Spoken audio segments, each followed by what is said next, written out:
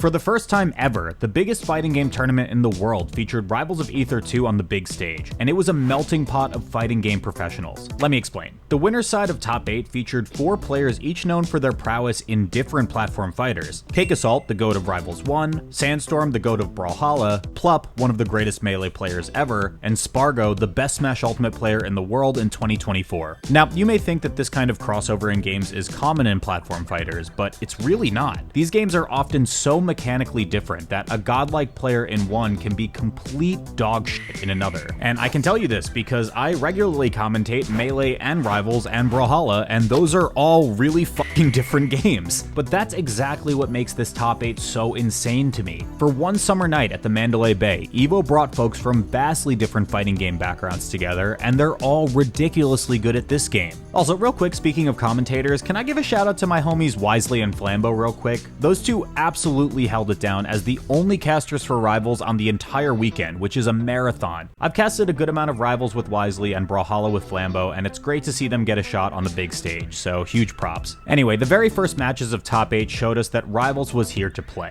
Stango, a high-level melee player and one of the best Project M players in the world, yeah, I'm gonna talk about PM here, you can't stop me, Nintendo, but he went on a crazy Cinderella run, losing to Mystery Soul outside of top 24, then winning 7 straight sets to make it all the way back to Grands. He completed a reverse 3-0 against Fullstream, which for old school Rivals 1 fans, Fullstream was like the original win everything guy before Cake came along. Then he went 5 games against Spargo to make it to top 4, then he handily defeated Marlin and Cake Assault to qualify into Grands. Now, you would think that a run like this all but guarantees Stango the win on the EVO stage, but unfortunately it's never quite the storybook ending. There was actually an even more impressive storyline from this event, and it came from this guy. Plup is still one of the strangest anomalies in like competitive gaming that I've ever seen. He's known in Melee as one of only 2 players in the world who were able to beat players so good at Melee they were called gods, and he almost became the best player in the world himself around 2018. Thing is, Plup just like randomly shows up to things and always tends to do extremely well. In Rivals 2 specifically, he's really only attended a single event this year, and it turned out to be Genesis, the largest Rivals tournament to date, which he won.